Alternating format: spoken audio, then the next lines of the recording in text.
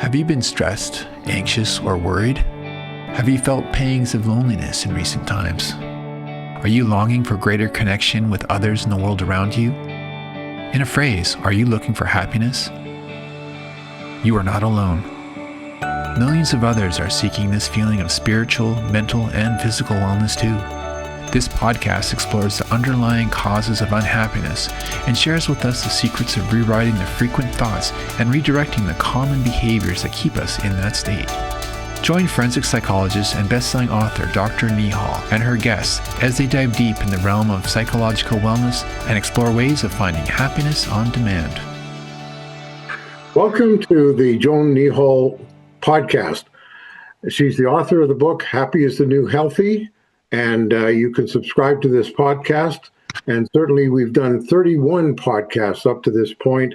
They've proven to be very popular. And here is Dr. Joan Neehall.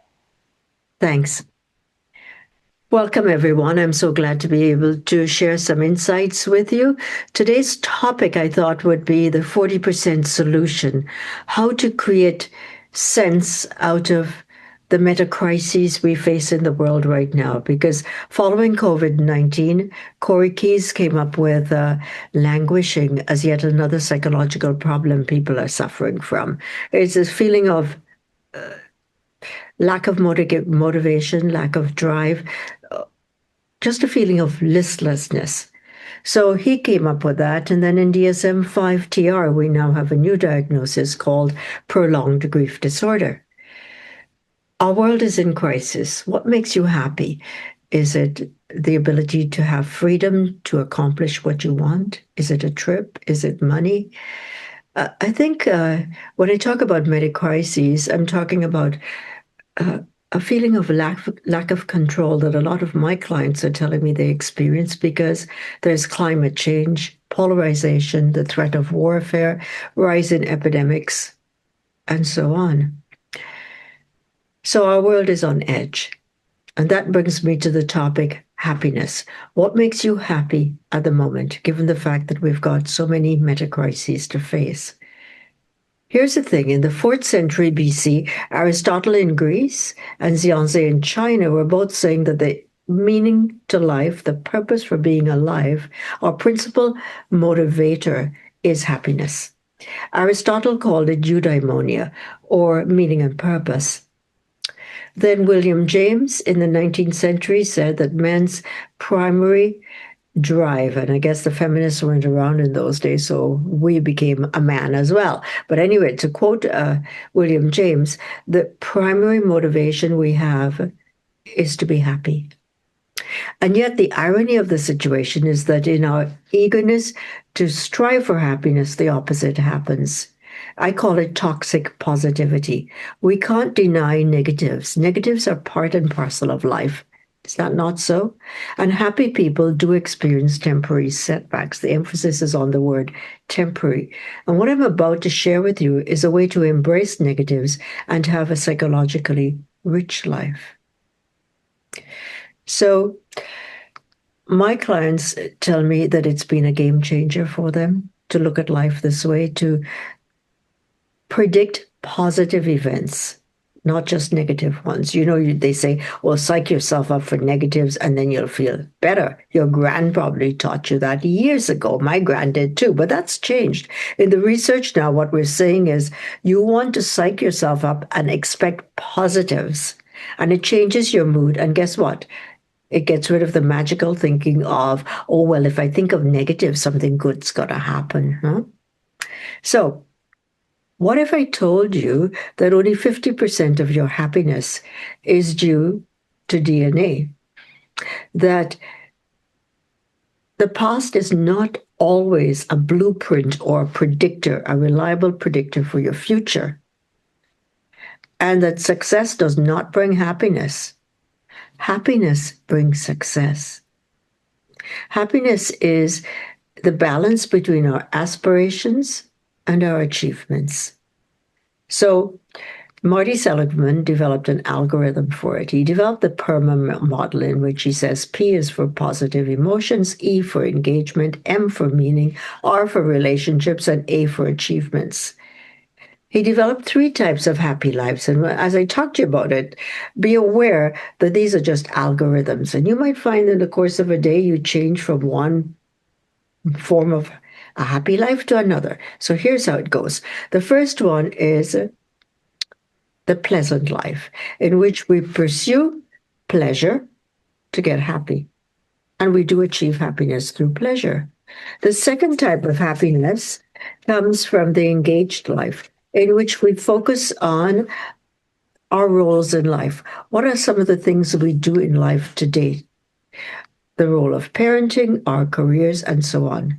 The third type of happy life is the engaged life. From that, we go into the meaningful life. Now, in the meaningful life, what we're doing here is devoting some of our energy to something philosophical, social, political, a cause of some sort. Now, along comes Oishi, a professor in psychology at the University of Chicago, who has been saying, hey, there could be a different dimension to life, couldn't there? Is this all there is to a good life? These 3 models? And what he asks, I think, is a really good question. He says, is it the simple, predictable pleasures we call happiness? Is that what happiness is all about? Or can happiness lead to complacency and regret? And I think that's something we should look at. Is the answer a deep sense of meaning and purpose? Or can a life of purpose invite narrow or misplaced loyalties? Those are really good questions, I think, for all of us to think about, including myself. Oishi has uncovered a third dimension to a good life, psychological richness.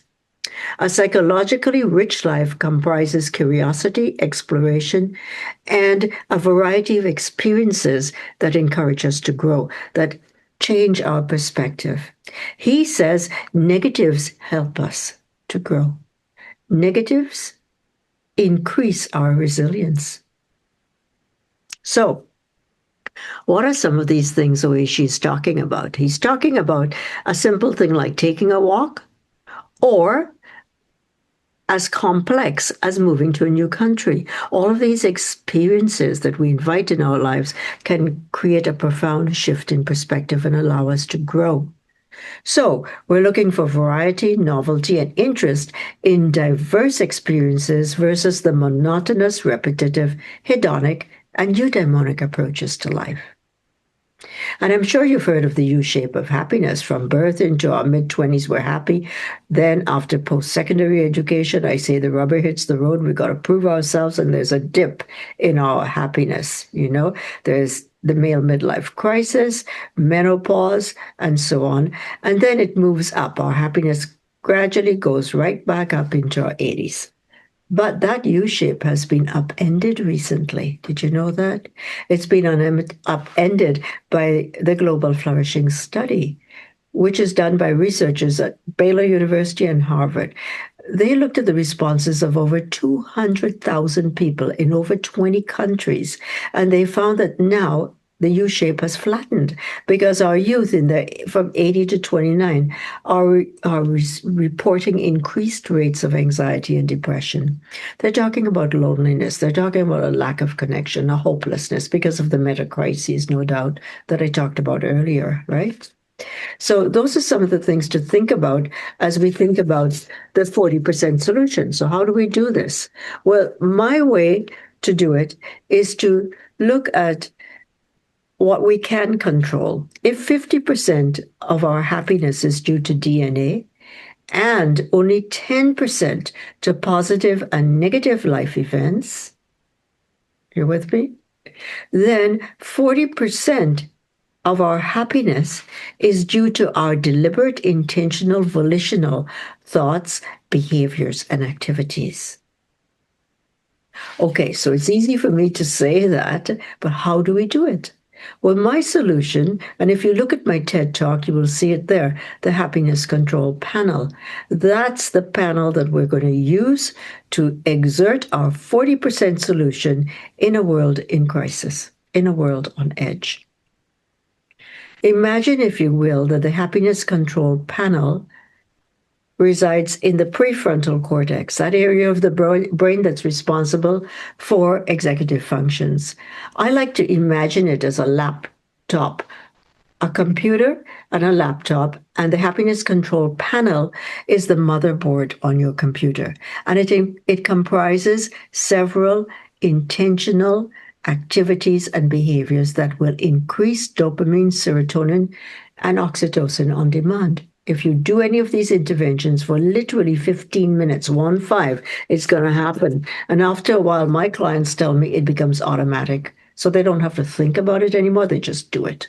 So what are some of them? Well, we have exercise as an intervention. Forgiveness is yet another one.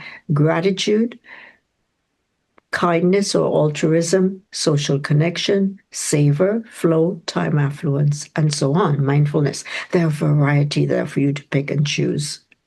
And it's exciting because it works, because it's influenced by the work of Sean Acker, Dan Gilbert, Sonia Lubomirsky, Kahneman, and a host of others.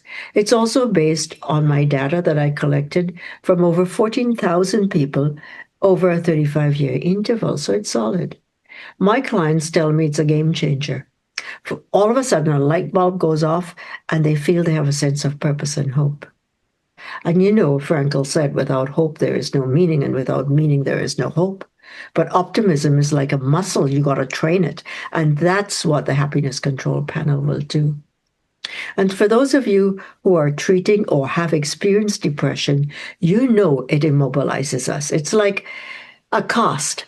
It holds us down from our feet, immobilizing us all the way up to our neck. We can't move.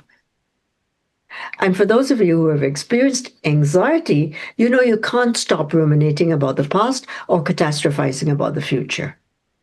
And my clients tell me that when they use these interventions, there's a significant reduction in those symptoms. And that's been proven in cognitive therapy, which is the basis of the happiness control panel. So it's solid. Okay. What are the advantages to using it? Well, one of them that comes up right away for me is neuroplasticity. We're priming our brains to look for positive, to look for joy, because neuroplasticity can occur well into old age. The brain is not as static as we used to think. And these interventions are all new learnings. So when you start learning something new, what happens in the brain is cells start wiring together, firing together, creating new neural pathways while strengthening existing ones. How exciting is this, that you're doing it in all of 15 minutes? Another advantage is that it strengthens the psychological immune system. Did you know you have one of those? Just as we have a physical immune system that strengthens us against the common cold viral infections, so too we have a psychological immune system. And the psychological immune system protects us against negatives. How do we do this? You're going to do it actually by practicing and using the happiness control panel. All of a sudden, negatives can be buffered by looking at it in a different light altogether. So this is really exciting. I mean, I'm totally ecstatic about it because all of a sudden you can change, guys. Think about it. It's in the palm of our hands. We can do it. And that the mind is a poor predictor. It's a poor predictor of affective forecasting, predicting how good or how bad we'll feel given an event. But the psychological immune system slides in there, and all of a sudden you can do these things. I interviewed 5 people who are going to become tenure-track professors. And guess what happened? I asked them how they'd feel if they didn't get it. Guess what they said? They'd feel awful. They'd feel they'd lost professional credibility. This was the worst thing they could possibly think could ever happen. A year later, I went and interviewed them once more. And I said to them, and I interviewed the ones who didn't get tenure track. Oh, they said, you know what, Joan? After 6 months, life went on. I've forgotten all about it. I'm good. The ones who did get it gave me the same response. See what I was telling you? Okay, so that's another advantage. Yet another one is that it protects us because of its variety and complexity. that is the happiness control panel and the interventions, it protects us against hedonic adaptation. We don't get bored with these interventions because we have several to use. And it teaches us resilience, and we certainly need it in a world on edge. Yet another advantage for using it is that it teaches us to embrace negative events. Life, unfortunately, is not always positive, is it?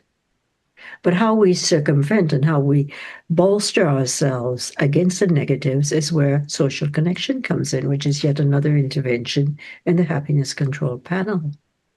Time affluence teaches us work-life balance, doesn't it? Again, another intervention in the happiness control panel. So those are just some of the advantages that we can get in using it, okay? We've trained our brain for joy. We've started looking at things in a more realistic way. And all of a sudden, we don't feel stumped. I know I feel stumped at times when I'm starting something new, especially in the area of exercise, which is another one in the happiness control panel, right? Exercise is something that is not in my DNA, if you will. Remember the 50%?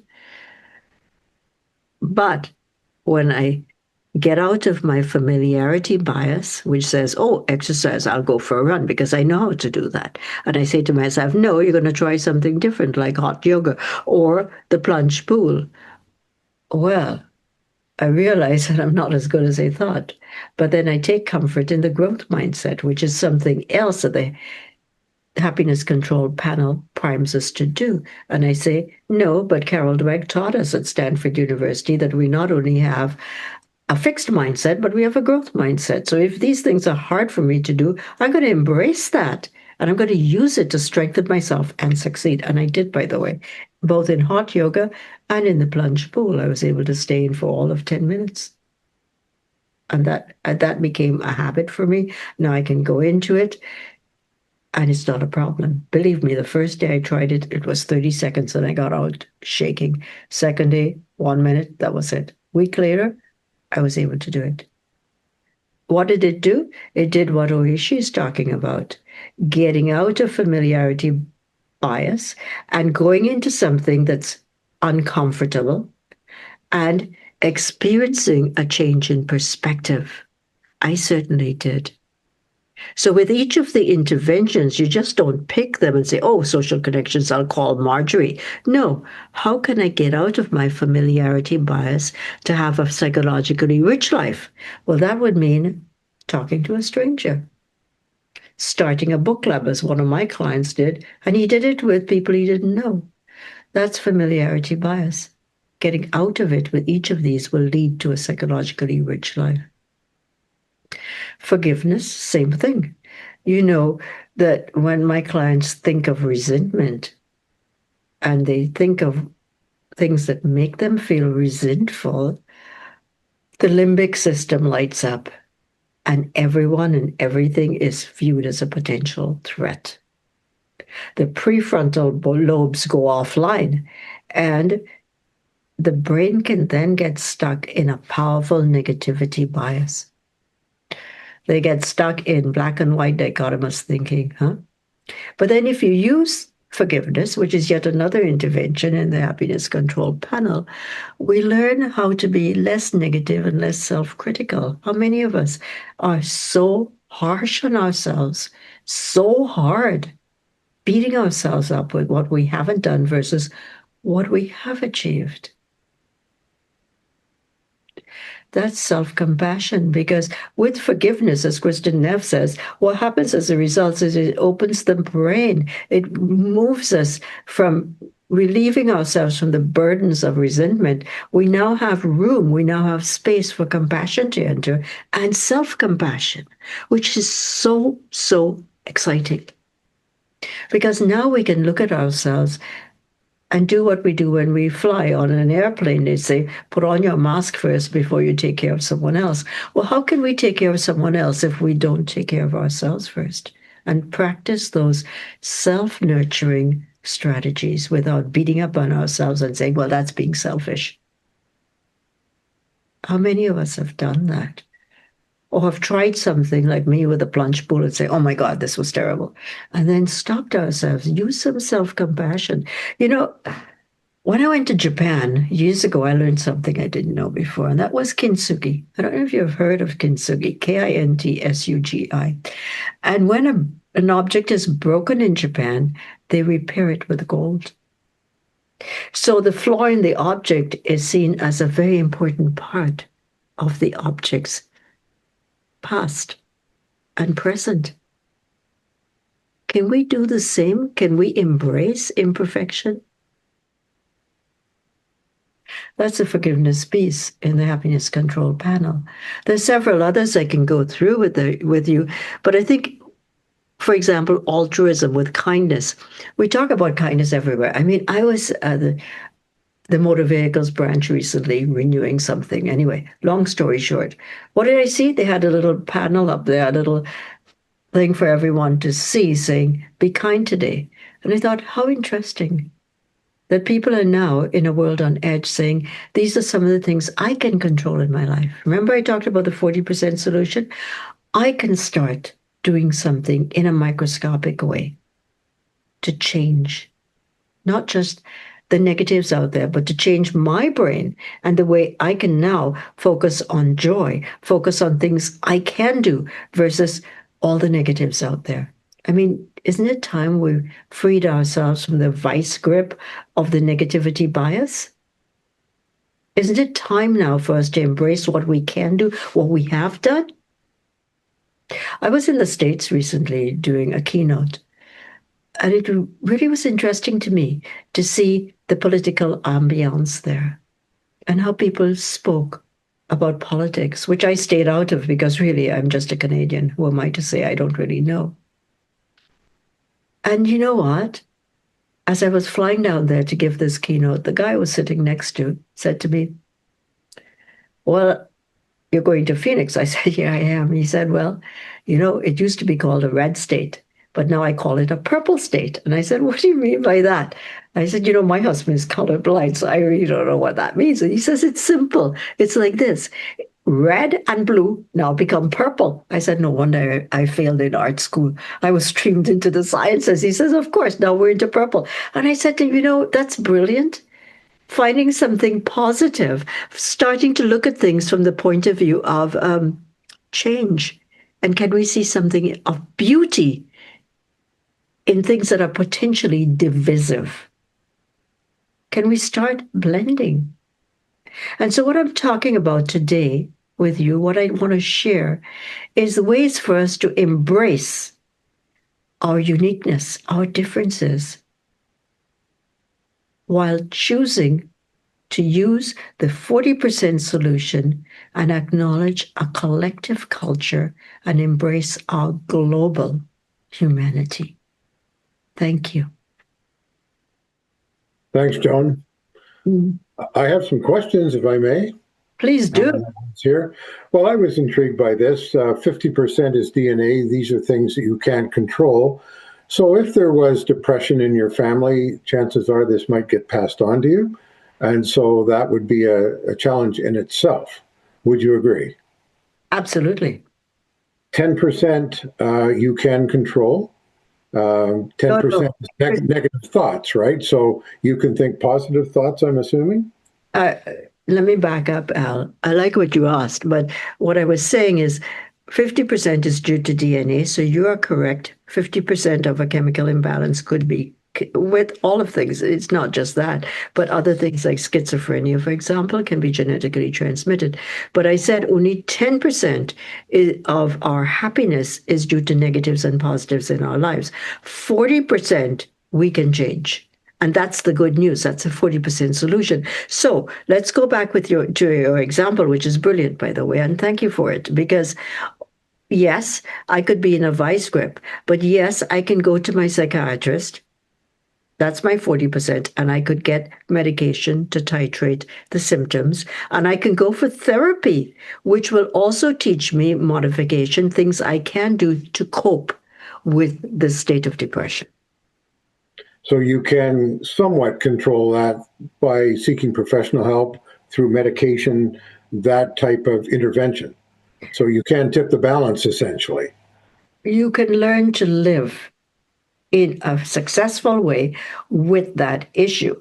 And I'm not minimizing it or trivializing it, but I want to use a different example altogether. I mean, thyroidism, for example. Hypothyroidism is correlated positively in the literature with depression. Okay? But you can do things, you can medicate with Synthroid, for example. You can also, if the depression starts to keep you immobilized, you can go for therapy. You can go find, and I mean, we're so blessed. We have so many excellent therapists out there willing to help. Okay, you can do that. But also, if there's a genetic component and you need a medication to facilitate that, the research shows that an antidepressant plus therapy is like a ham and cheese sandwich. And pardon me if you're Jewish, but it does work. Okay. Yeah. Sure. Are people reluctant to get professional help when they feel that it's DNA that is causing their problems, that it's inherited? Oh, well, there's nothing I can do about it.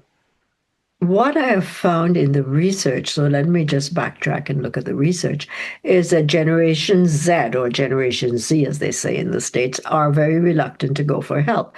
But our millennials are great consumers of the product. They go for therapy and they think it's a great thing. So it depends on which age group we're talking about. But having said that, I think that not just if you've got a genetic imbalance, but people in general will say to me, yes, I'm coming for help because I need it and because I think it will make a difference. Look, I remember working with a guy, a civil engineer, John, we'll call him, in his mid-50s. He was suffering from a clinical depression, okay? He'd gone to several therapists with no help. The psychiatrist sent him to me and said, well, I owe the psychiatrist a favor because he had seen one of my clients and he said, okay, Joan, your turn to cough up the goods. Come and see this guy. And I said, sure, send him to me. And so I saw him and he came in and he was crossed arms like this, glared at me. And so I realized that this was not a good beginning and that he probably didn't want to be with me and he probably thought I was a waste of time, all of which could be possibly true, by the way. So in the course of the interview, what I did was just let him talk to me about himself. And there were pregnant pauses. Of course, he didn't want to talk, and that was fine too. I could tolerate silence. And then as he started discussing his situation, I felt a profound feeling of pain and sadness permeating every fiber of my body and a heaviness. And the metaphor for me that came up was the myth of Sisyphus. And I felt this man was rolling the rock up, and the rock being hope for depression. And he would get a light at the end when he got it up to the top of the mountain, and boom, it came back down. And I was crushed. When that metaphor hit me, I felt cold, and I looked at him, and I so desperately wanted to do something to alleviate his pain and suffering because it wasn't through lack of trying. He tried and nothing had worked. So what I did was I gave him an experiential learning exercise. Talk didn't work. I said to him, how would it be for you to go for a power walk for 10 minutes, John, and smile at passersby? And he looked at me as though I'd really lost my marbles and I was one of these idiots that he had wasted time with before. And I said, and furthermore, you don't have to come back. And he was surprised because everyone had told him to come back. And I said, no, I want you to think about it carefully. And if you think that I can be of assistance, give it a good 3 weeks and then book a time. So he comes back in 3 weeks and he's a different person. He's walking in, not sluggishly. He's sitting, he's maintaining eye contact. He says to me, I'm willing to work now with you. Let's do that deep dive. Months of therapy later, we were able to come up with solutions to his depression. So I'm not saying the happiness control panel is therapy. No, I am saying, though, that it can be used to motivate a person to see that they are empowered, that they've got that 40% within themselves. Follow up a year later, John was continuing to incorporate exercise as part of his lifestyle change. And I don't know if I said this earlier, but it takes all of 3 weeks, Philippa Lally has found in her research, for any of these interventions to become automatic. So it moves from working memory into like brushing your teeth or dressing yourself. You don't think which arm to put the jacket in first, right? So, yeah. In that 40% solution, you can change your own channel. You can think negative thoughts and go, I'm not going to think negative thoughts. I'm going to think about all the good things that can happen today, not the bad things that could happen. Isn't that true? I got that out of your book, Happy is the New Healthy. You are in charge of your mind somewhat. You can, as I said, change your channel. Really love what you're saying, because it's true that you can prime your brain to look for joy. You can prime your brain. I remember, think, Al, you're into cars, okay? When you focus on a car, a specific car, a model, and you're the expert. By the way, listeners, this guy's an expert with cars, vintage cars that he remodels. But Al, when you're thinking of that specific car, I'm sure your brain is primed to look for that car when you're driving. That's one like what I have. That's your brain priming your brain to focus, huh? Yeah, get a Toyota and you'll see Toyotas. Yeah, but I want to go back to what you were saying, because I think it's important for listeners to understand that I'm not saying that you ignore negative emotions. You embrace them and then you deal with them. Okay. And that's the difference. So you're not swallowing it. I hate this idea of fake positivity and let's pretend we're happy when we're not. No, life happens. Life is not always positive.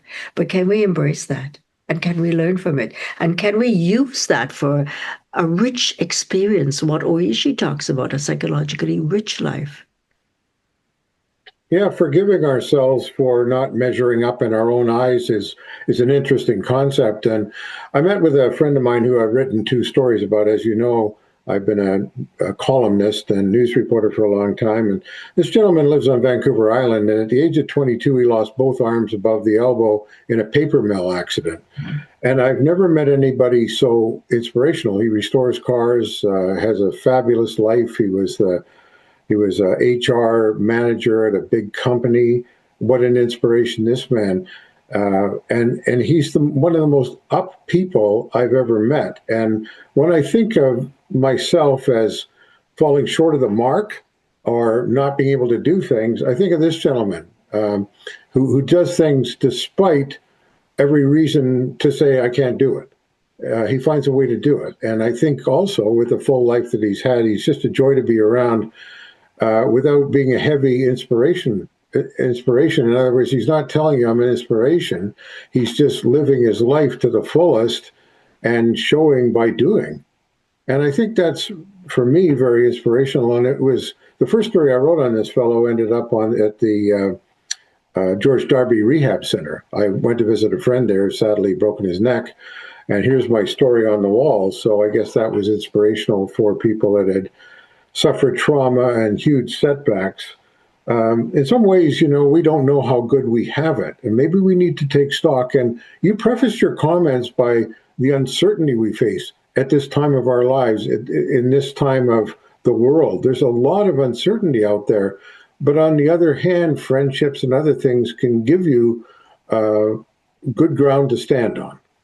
Well, the world's longest study on happiness was done, in which John F. Kennedy was a participant. So, that was a long time ago. And Waldinger did a brilliant TED Talk on it, actually. And in it, what he found, at least what the study found, is that the most important indicator for happiness is relationships, social relationships. That trumps increased self-esteem for happiness. Did you know that? That if you have a solid social connection network, that'll buffer you against life's difficult times, the challenges in life. And that is even more important than increased self-esteem. Yeah, I've said this before. My grandfather left me with the most important thing he could ever have done for me, these words. He said, life's a series of ups and downs and it never gets any different. So all of a sudden, it wasn't all happening to me. It happens to everybody. And so you can't fall off the floor and, you need to get back up again and seek your own happiness, do things that make you happy. And again, I've got a lot out of your book, Happy is the New Healthy. And it's kind of life-changing to realize that in many ways, the 40% solution does work because you are in charge of that. You can change that. You can get help if you need it. Yes, and I think that would be a really nice note to end our podcast today on happy, that 40% solution, embracing the negatives, no matter how difficult they are. You and I are not saying to our listeners, let's sweep them under the rug and let's pretend things are good. No, we're saying let's look at them straight up and let's deal with them through the power of social connections, through the power of I can, and these are my choices. So thank you for that, Al. Well, thank you, Dr. Neehall. It's always inspirational to hear this. The science of happiness. People should go and visit your website, neehall.com. Contact you at joan at neehall.com and subscribe to this podcast. And we want to thank you for tuning in today, and we'll see you next time. Thank you. Bye now. Thank you for joining this discussion on happiness. We hope this helps to inspire you to lead a more joyful life. To dive deeper into the subject of happiness, be sure to check out Dr. Neehall's book, Happy is the New Healthy, available as an ebook or hardcover. For additional resources, visit our website at drneehall.com. Until next time, stay happy.